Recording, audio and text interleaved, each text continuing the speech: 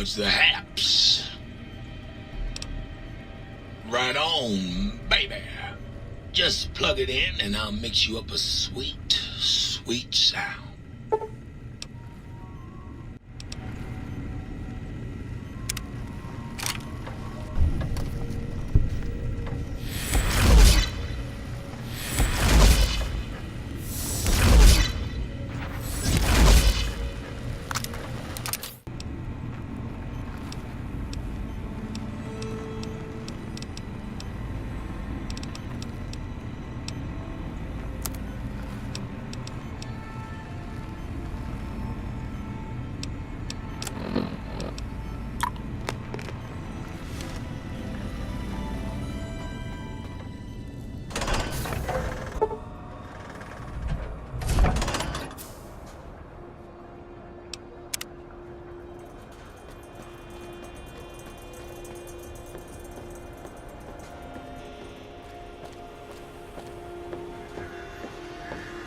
The lobotomite returns. Our lobotomite.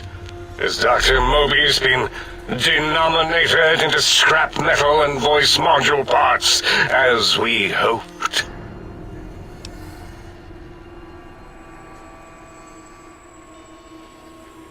I recommend watching your tone with me, lobotomite. Now, your brain. Hand it over, or we'll extract it again.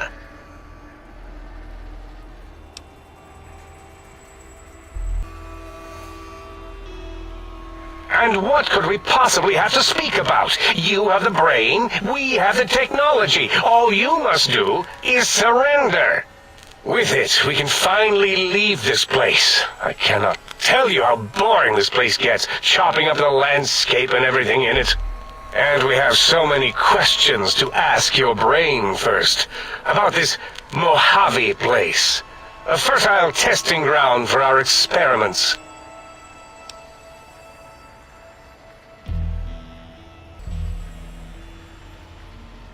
Nonsense. Confer, colleagues. Those are two words I do not recognize. Dr. Klein, I must intersect. Please, do not harm the lobotomite. I'm not going to harm it. I'm going to dissect it until it's dead. Why the sudden intersection, Dalla? I cannot stand a sweet breathing organism breathing in and out to suddenly not breathe. We must keep it alive. For study. Slow study. Dalla, these vocalized pauses are unlike you.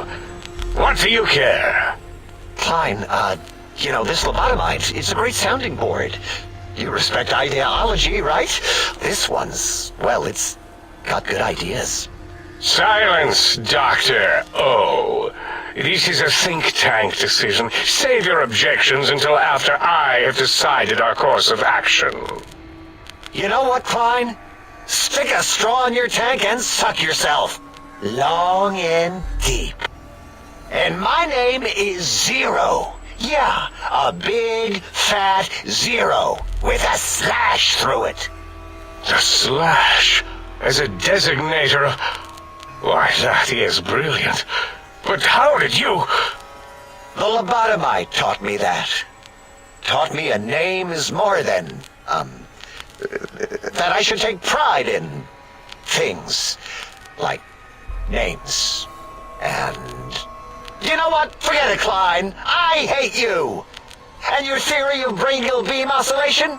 The Chinese had it first, you copycat. How dare you?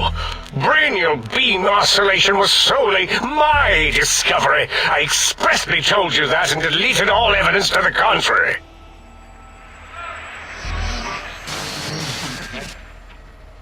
It's 2-8. Why are you acting like this? You've never refused to commit necessary surgery before. And this lobotomite needs its surgery.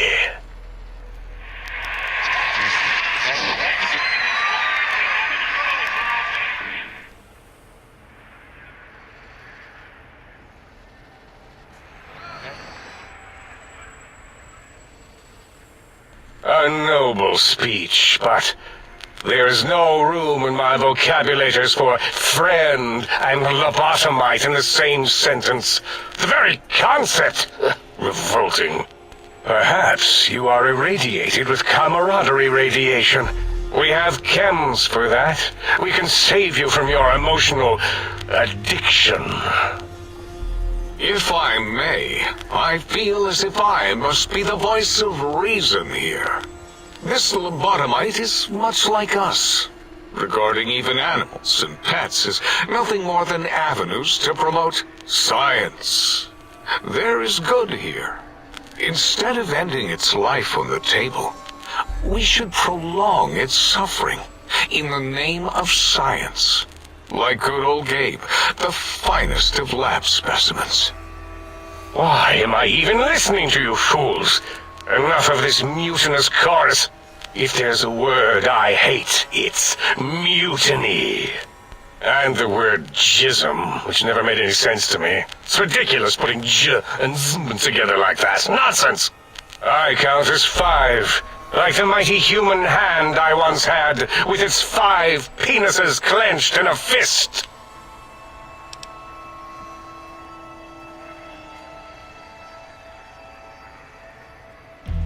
Nonsense!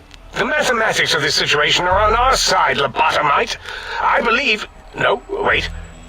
Carry the 2, then... If this were a democracy, I would be concerned. We are too scientific for that. So just surrender.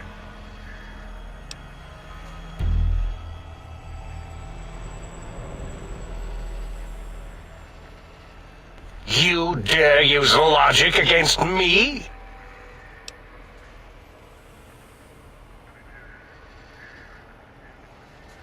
That's no deal at all. There's a whole world beyond the crater, filled with ideas and possibilities. We could have escaped, seen it all for ourselves, tested it, prodded at it, made it squirm.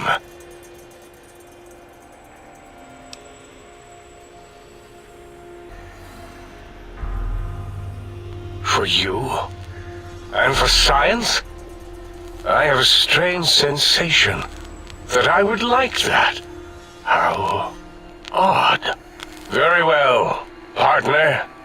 The think tank is at your service as long as you do not destroy us.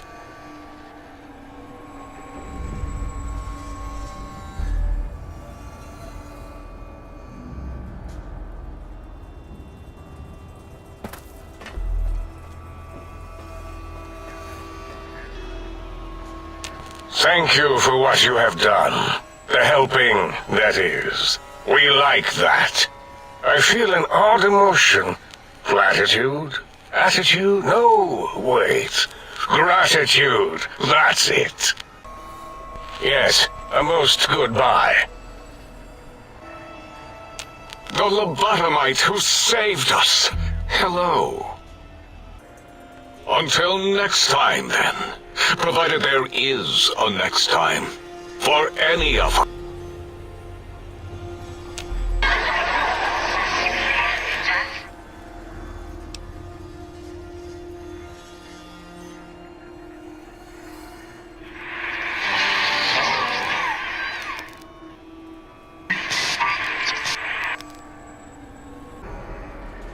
The teddy bear lobotomite returns. My teddy bear. How can I assist in relieving your curiosity? Until our next interaction, my intriguing little lobotomite. So is Mobius as twisted as he looked in person? Can't believe you entered the Forbidden Zone and lived. None of us can. Until our next scheduled audio transmission and reception, then.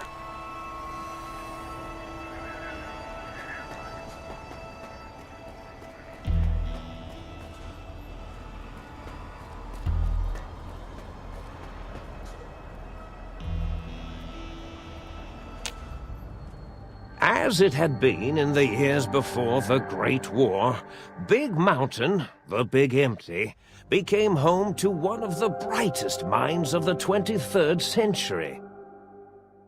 The courier watched over the Big Empty for years to come, caring for it and keeping its discoveries safe until they were needed to help others. Which had always been Big Mountain's purpose. Past the laboratories and science, it had always been intended as a place to build the future of all mankind. The Sync Central Intelligence Unit was impressed by the amount of exploration the courier had undertaken. Facilities believed lost, destroyed, or ones that had simply gotten up and walked to new locations had been rediscovered by its intrepid new master. Internally, the artificial personality debated as to whether it preferred the old management to the new, and concluded that the courier's thorough approach to research and investigation was admirable and worthy of its respect. Dr. Mobius continued his research undisturbed in the Forbidden Zone. As much as he had attempted to create better scorpions, he tried the same with humanity, with considerably less success. These failures didn't bother him overmuch. Once the rush of mentats wore off, he forgot he had failed in any event. After all, the bright young mind who had come to visit him in the Forbidden Zone had already exceeded his expectations. The Sync atop the dome bustled with the voices of a small town, constantly chirping, arguing, and snarling at each other. Still, this all happened productively in the interests of its new owner. The Sync Central Intelligence Unit discovered, despite its inversion code, it was comforted by the sense of community the other personalities gave it. The Biological Research Station, obsessed with seeding everything in sight, requested a transfer to the X-22 Botanical Garden, so that it might, in its own words, sensually fertilize the garden's smooth contours. The garden sent back a polite refusal, saying it had prior commitments with a vault it had helped infect before the war. The book chute continued to devour all seditious materials until it nearly choked on a paperclip. It adamantly maintained it was a Chinese paperclip, and the whole thing had been an elaborately orchestrated assassination attempt. Whatever the reason, it slowed down for a while, carefully appraising each document and clipboard that came to it. The light switches continued to bicker and flicker. This persisted until the day someone dropped a flashlight in the sink, and the two of them united in their hatred of the showboat. One of them eventually transferred to the Lightwave Dynamics plant, and began a long, unrequited affair with one of the holograms. The Sync continued to ruthlessly scrub any particulate matter that came near it. Eventually, it gained access to the magnetohydraulics plant and nearly flooded all the Big Empty in an attempt to scrub the crater clean. Once it learned of the innovative toxins plant, however, it gained new purpose. It sought to develop antitoxins to flush into its drains and counteract the poisons bleeding into the soil. The toaster continued its psychotic spree, reducing all appliances in range to scrap electronics and spare parts. After one of its more psychotic episodes, however, the other Sync personalities decided enough was enough and dumped the toaster in a bathtub. Sparking and hissing, the toaster swore its enemies would rue the day when they had bread and no way to toast it. Muggy did his best to collect coffee cups, although in his quest, he accidentally trapped himself in Higgs Village. It might have been the end for poor Muggy. Except, he found it peaceful there, tidying up the kitchens of the think tank professors back when they had been flesh and bone. Well, except for Dr. O, who was an asshole for having created Muggy in the first place. Muggy left O's house deliberately dirty, punishing the dishes and cups that lived there in blind revenge for serving Dr. O. Blind old Jefferson, with sounds the courier brought him, created a symphonic counter-frequency that saved Big Mountain from sonic invasion in 2910. If you didn't hear about it, good.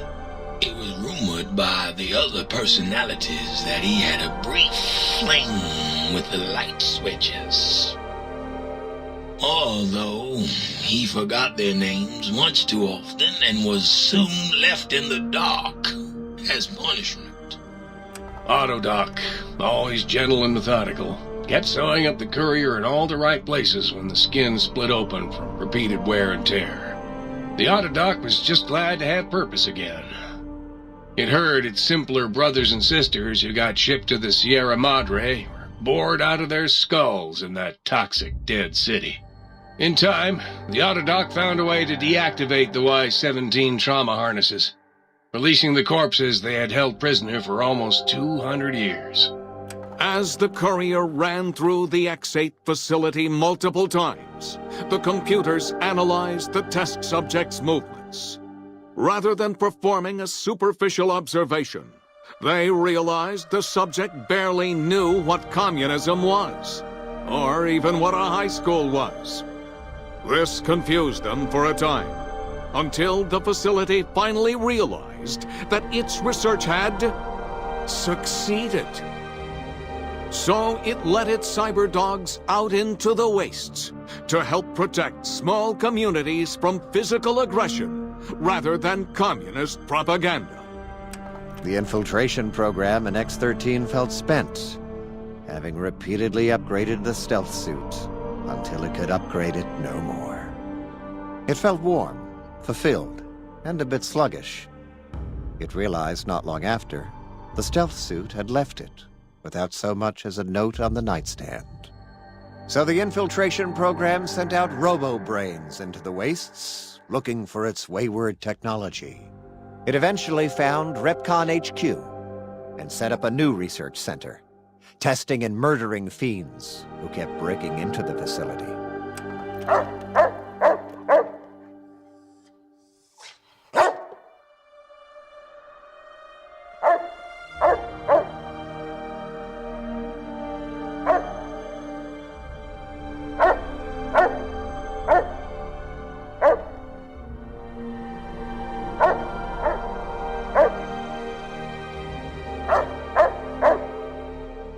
The courier, organs intact, continued onwards, a little less heavy of step, but with all the organs in the right places, as they should be.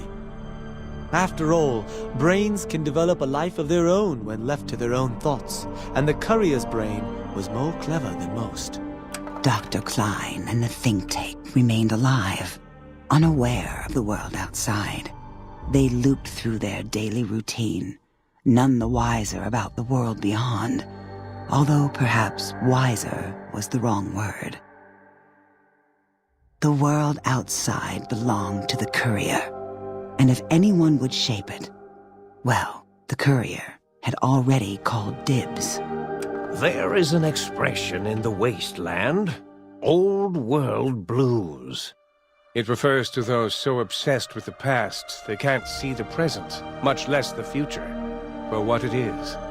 They stare into the what was, eyes like pilot lights, guttering and spent, as the realities of their world continue on around them. Science is a long, steady progression into the future. What may seem a sudden event often isn't felt for years, even centuries to come. In the times following the Second Battle of Hoover Dam, however, Old World Blues took on a new meaning.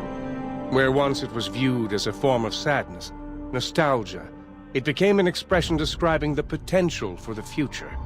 It can be easy to see science as evil, technology unchecked as the source of all ills, all misfortunes.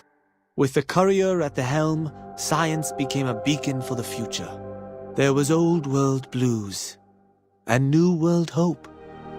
And hope ruled the day at Big Mountain. We could say more, but the stories in the Big Empty speak for themselves.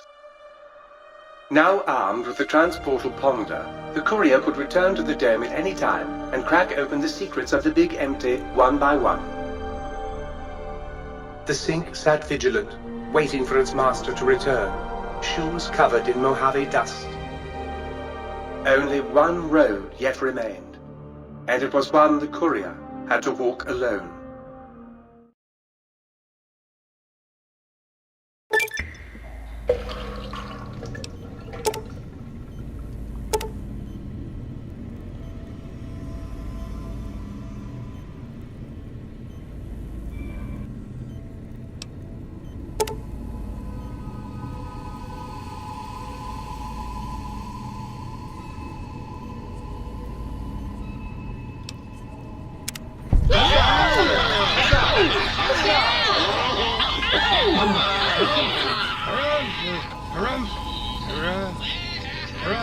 If Sir would press Sir's spinal area against my primary instrument panel, I might vibrate at a soothing frequency.